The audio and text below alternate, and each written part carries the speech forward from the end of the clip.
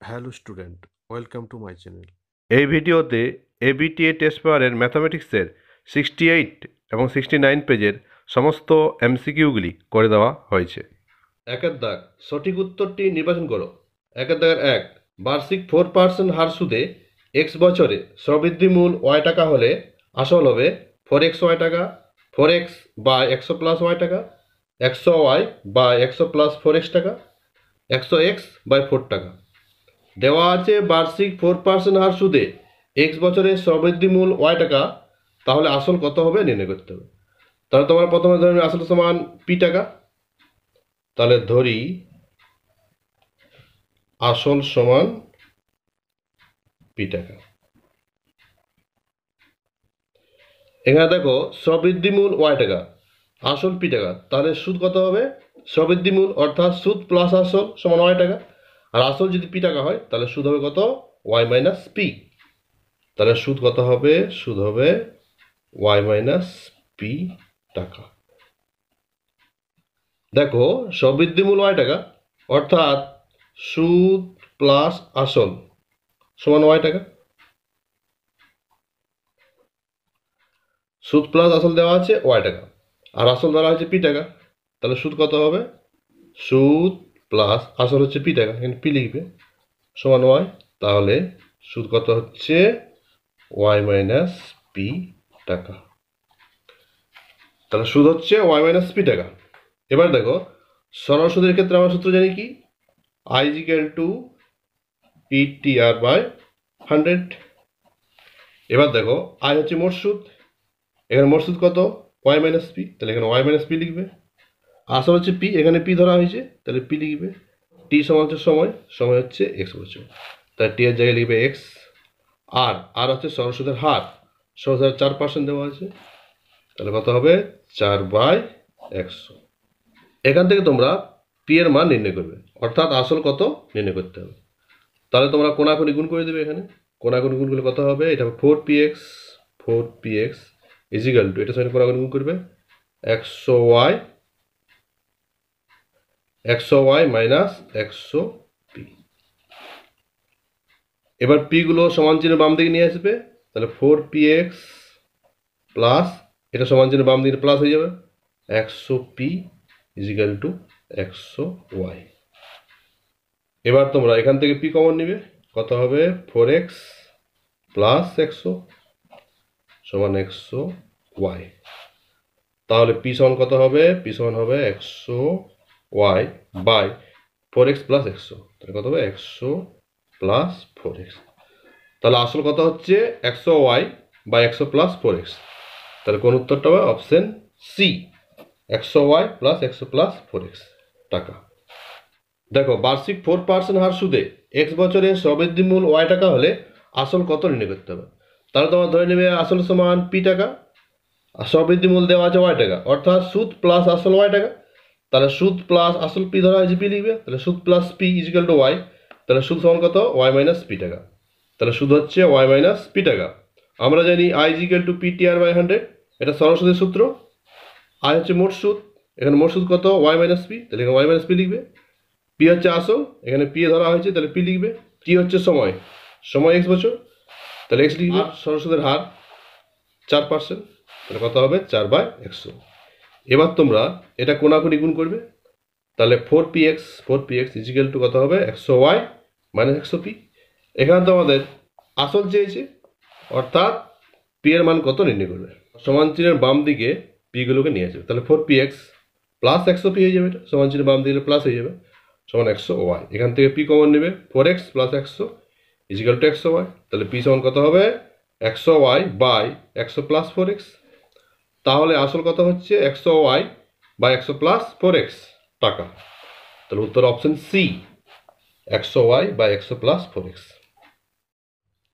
এরপরে যে অঙ্কটা দেওয়া আছে, 1 টাকার 1% হারে এক মাসের সুদ হবে 1-এর 100 টাকা, 1-এর 12 টাকা, 1-এর 1200 টাকা, 1 টাকা। দেখো 1 টাকার 1% হারে এক মাসের সুদ কত নির্ণয় করতে হবে। দেখো আমরা জানি সরল সুদের ক্ষেত্রে সূত্র মোট সুদ I equal to P T R by 100। এখানে সুদ কত নির্ণয় করতে, অর্থাৎ আয় সমান কত নির্ণয় করতে হবে। তাহলে মোট সুদ আয় সমান, দেখো পি হচ্ছে আসল, আসল এখানে 1 টাকা, তাহলে 1 লিখবে। টি হচ্ছে সময়, এখানে দেওয়া আছে 1 মাস, 1 মাসটাকে বছরে করে নিতে হবে, তাহলে 1 মাস মানে কত বছর, 1/12, তাহলে টি কত হবে, 1/12 বছর। আর হচ্ছে সরল হার 1%, তাহলে 1/100। দেখো আমরা সরল সুদের ক্ষেত্রে কি সূত্র জানি, মোট সুদ আই ইকুয়াল টু PTR/100। আয় হচ্ছে ইন্টারেস্ট, মোট সুদ, এখানে মোট সুদ নির্ণয় করতে হবে, তাহলে আয় সমান কি হবে, পি হচ্ছে কত, আসল, পি হচ্ছে 1 টাকা, 1 লিখবে। টি সমান দেওয়া হচ্ছে 1 মাস, 1 মাসকে বছরে করে নিতে হবে, 1 মাস মানে কত বছর, 1/12, তাহলে 1/12 বছর লিখবে। আর হচ্ছে সরল সুদের হার 1%, তাহলে 1/100। তাহলে মোট সুদ আয় সমান কত হচ্ছে, 1/1200 টাকা। তাহলে উত্তর হবে অপশন সি, 1/1200 টাকা। এর পরের কোশ্চেন, ও কেন্দ্রীয় বৃত্তের এবি একটি ব্যাস, পি বৃত্তের উপর অবস্থিত যে কোনো একটি বিন্দু হলে কোণ এপিবি এর মান 90 ডিগ্রি, 180 ডিগ্রি, 45 ডিগ্রি, কোনটি নয়। দেখো দেওয়া আছে ও কেন্দ্রীয় বৃত্তের এবি একটি ব্যাস, কেন্দ্রীয় বৃত্তের এবি ব্যাস, এটা এবি, এটা বৃত্তের ব্যাস, পি বৃত্তের উপর অবস্থিত যে কোনো একটি বিন্দু, তাহলে বৃত্তের উপর একটা বিন্দু পি নেবে। এরপর এপি, কোণ এপিবি, তাই উত্তর চাইছে কোণ এপিবি, তাহলে এপিবি, তাহলে এপি আর বিপি যুক্ত করবে, কোণ এপিবি সমান কত নির্ণয় করতে হবে। দেখো কোণ এপিবি একটি অর্ধবৃত্তস্থ কোণ, আমরা জানি অর্ধবৃত্তস্থ কোণ সমকোণ, তাহলে কোণ এপিবি কত ডিগ্রি হবে, 90 ডিগ্রি। দেখো এবি ব্যাস, তাহলে কোণ এপিবি কি হবে, অর্ধবৃত্তস্থ কোণ, আমরা জানি অর্ধবৃত্তস্থ কোণ সমকোণ, তাহলে কোণ এপিবি কত হবে, 90 ডিগ্রি, তাহলে উত্তর হবে অপশন এ, 90 ডিগ্রি। এরপর যদি এক্স ভেরিয়েবল ওয়াই হয় তখন 4টা অপশন দেওয়া আছে, কোনটা সঠিক হবে নির্ণয় করতে হবে। দেখো দেওয়া আছে এক্স ভেরিয়েবল ওয়াই, কোনটা সঠিক নির্ণয় করতে হবে। এক্স ভেরিয়েবল ওয়াই বা এক্স ইজিক্যাল টু কত হবে, এক্স ইজিক্যাল টু কে ওয়াই হবে, কে সমান হচ্ছে অশূন্য ভেদ ধ্রুবক, কে ইজিক্যাল টু অশূন্য ভেদ ধ্রুবক। এবার তোমরা উভয় পক্ষকে বড় করে দাও, তাহলে কত হবে, এটা হয়ে যাবে এক্স স্কোয়ার, এটা হবে K square Y square, Y square. তাহলে কি করা হলো, উভয় পক্ষকে বড় করে দেবে, তাহলে বড় করলে কত হবে, এক্স স্কোয়ার ইজিক্যাল টু কে স্কোয়ার ওয়াই স্কোয়ার, বা এক্স স্কোয়ার ইজিক্যাল টু কে স্কোয়ারটাকে পি ধরে নেবে, তাহলে কত হবে পি ওয়াই স্কোয়ার। তাহলে কে স্কোয়ার সমান কত হলো, পি সমান ধ্রুবক, বা এক্স স্কোয়ার ওয়াই স্কোয়ারটা নিচে নামিয়ে দেবে একান্তর প্রক্রিয়া, তাহলে X square by Y square সমান পি হবে। তাহলে X square by Y square সমান পি, পি ধ্রুবক, তাহলে অতএব X square by Y square সমান ধ্রুবক, তাহলে অতএব কি হবে, এক্স স্কোয়ার ভেরিজেল ওয়াই স্কোয়ার। আমরা যদি ভাগফল ধ্রুবক হলে সরল সম্পর্ক হয়, তাহলে এক্স স্কোয়ার ভেরিজেল ওয়াই স্কোয়ার হবে, তাহলে উত্তর কোনটা হবে, অপশন ডি, এক্স স্কোয়ার ভেরিজেল ওয়াই স্কোয়ার, এটা সঠিক উত্তর। এরপর কোশ্চেন, দুটি বৃত্তের ব্যাসার্ধের দৈর্ঘ্য 3.5 সেমি ও 2 সেমি, বৃত্ত দুটি পরস্পরকে অন্তঃস্পর্শ করে, বৃত্ত দুটির কেন্দ্রদ্বয়ের দূরত্ব হবে 5.5 সেমি, 1 সেমি, 1.5 সেমি, কোনোটিই নয়। দুটি বৃত্তের ব্যাসার্ধের দৈর্ঘ্য দেওয়া আছে 3.5 সেমি, 2 সেমি, বৃত্ত দুটি পরস্পরকে অন্তঃস্পর্শ করলে উহাদের কেন্দ্রদ্বয়ের দূরত্ব কত হবে নির্ণয় করতে হবে। তাহলে তোমরা প্রথমে ছবিটা এঁকে নিবে, দুটি বৃত্ত 3.5 সেমি আর 2 সেমি অন্তঃভাবে স্পর্শ করেছে, তাহলে দেখো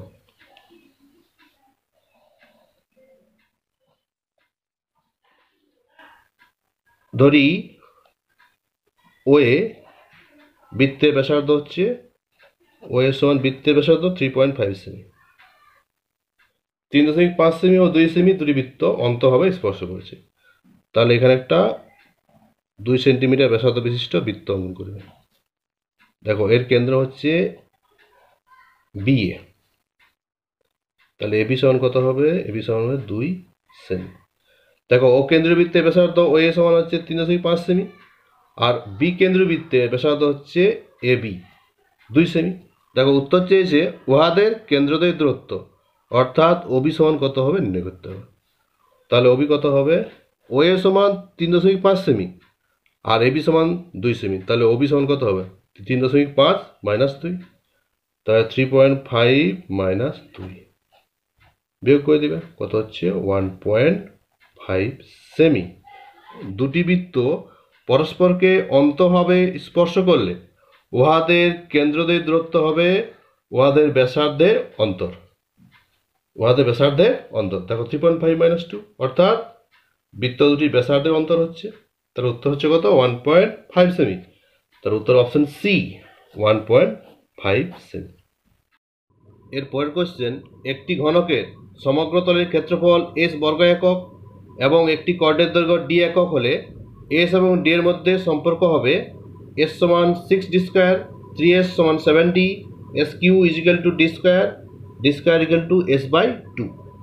দেখো এখানে ঘনকের সমগ্র তলের ক্ষেত্রফল দেওয়া আছে এস বর্গ একক আর কর্ণ দেওয়া আছে ডি, তাহলে এস এবং ডি এর মধ্যে কি সম্পর্ক হবে নির্ণয় করতে হবে। তাহলে এখানে তোমরা ধরে নিবে ঘনকের প্রতিটি বাহু সমান এ একক। তাহলে দেখো ধরি ঘনকের প্রতিটি বাহু সমান এ একক। এরপর দেখো এখানে দেওয়া আছে ঘনকের সমগ্র তলের ক্ষেত্রফল এস। ঘনকের সমগ্র তলের ক্ষেত্রফল সূত্র কি 6 স্কয়ার, বাহুকে যেহেতু এ ধরা হয়েছে তাহলে এস সমান কত হবে 6 স্কয়ার, এবং একটি কর্ণের দৈর্ঘ্য ডি, তাহলে ডি সমান কি হবে √3 ইন্টু বাহু, √3 ইন্টু বাহুকে এ ধরা হয়েছে √3 ইন্টু এ। তাহলে দেখো ঘনকের প্রতিটি বাহু ধরা হয়েছে এ, তাহলে ঘনকের সমগ্র তলের ক্ষেত্রফল কি হবে এস সমান, যেহেতু এস দেওয়া আছে তাহলে এস সমান কত হবে 6 স্কয়ার, একটি কর্ণ দেওয়া আছে ডি, তার ডি সমান কত হবে √3 ইন্টু এ, কারণ ঘনকের কর্ণ সমান আমরা কি জানি √3 ইন্টু বাহু, √3 ইন্টু এ, বাহুটাকে এ ধরা হয়েছে। এখান থেকে তোমাদের এস এর সঙ্গে ডি এর কি সম্পর্ক নির্ণয় করতে হবে। তাহলে তোমরা এটা 1 নম্বর সমীকরণ দিয়ে দেবে, এটা 1 নম্বর, এটা 2 নম্বর। দেখো ডি সমান আছে √3 ইন্টু এ, তাহলে এ সমান কত হবে ডি বাই √3, এস মান হচ্ছে কত ডি বাই √3, তাহলে এর মানটা ডি বাই √3, এর মানটা তোমরা 1 নম্বর সমীকরণ এর জায়গায় বসিয়ে দেবে। তাহলে দেখো এস সমান কত 6 স্কয়ার, এ সমান ডি বাই √3, তাহলে এর সমান কত হবে 6 into D by √3 whole square হবে। এ সমান ডি বাই √3, তাহলে এর জায়গায় ডি বাই √3 বসিয়ে দেবে, তাহলে এর সমান কত হবে 6 ইন্টু ডি স্কয়ার বাই 3, এটা কাটে করবে 3 দুগুণে 6, তাহলে 2d স্কয়ার সমান হচ্ছে এস, বা ডি স্কয়ার ইকুয়াল টু কত হবে এস বাই 2। তাহলে ডি এর সাথে এস এর এটাই সম্পর্ক, ডি স্কয়ার ইকুয়াল টু কত হচ্ছে এস বাই 2, তাহলে উত্তর হবে option D, D square equal to S by 2। একটি ঘনকের সমগ্র তলের ক্ষেত্রফল দেওয়া আছে এস বর্গ একক এবং একটি কোণের দৈর্ঘ্য দেওয়া আছে ডি একক, তাহলে এস এবং ডি এর মধ্যে কোন সম্পর্ক সঠিক হবে নির্ণয় করতে হবে। তোমরা ধরে নিবে ঘনকের প্রতিটি বাহু সমান এ একক, তাহলে ঘনকের সমগ্র তলের ক্ষেত্রফল কি হবে 6 স্কয়ার, আর ঘনকের কোণের দৈর্ঘ্য দেওয়া আছে ডি, তার ডি সমান কত হবে √3 ইন্টু এ, তাহলে এ সমান কত হবে ডি বাই √3। এরপর তোমরা 1 নম্বর সমীকরণে এর জায়গায় ডি বাই √3 বসিয়ে দিবে, এখানে ডি বাই √3 মানটা বসিয়ে দিবে, তাহলে এস সমান 6 স্কয়ার, এর জায়গায় কত লিখবে ডি বাই √3, তাহলে ডি বাই √3 হোল স্কয়ার হবে, এখানে স্কয়ার যেহেতু আছে এটা তোমরা কাটে করবে, তাহলে কত হচ্ছে 2d square equal to S, তার ডি স্কয়ার ইকুয়াল টু কত হবে এস বাই 2, তাহলে উত্তর হবে option D, D square equal to S by 2।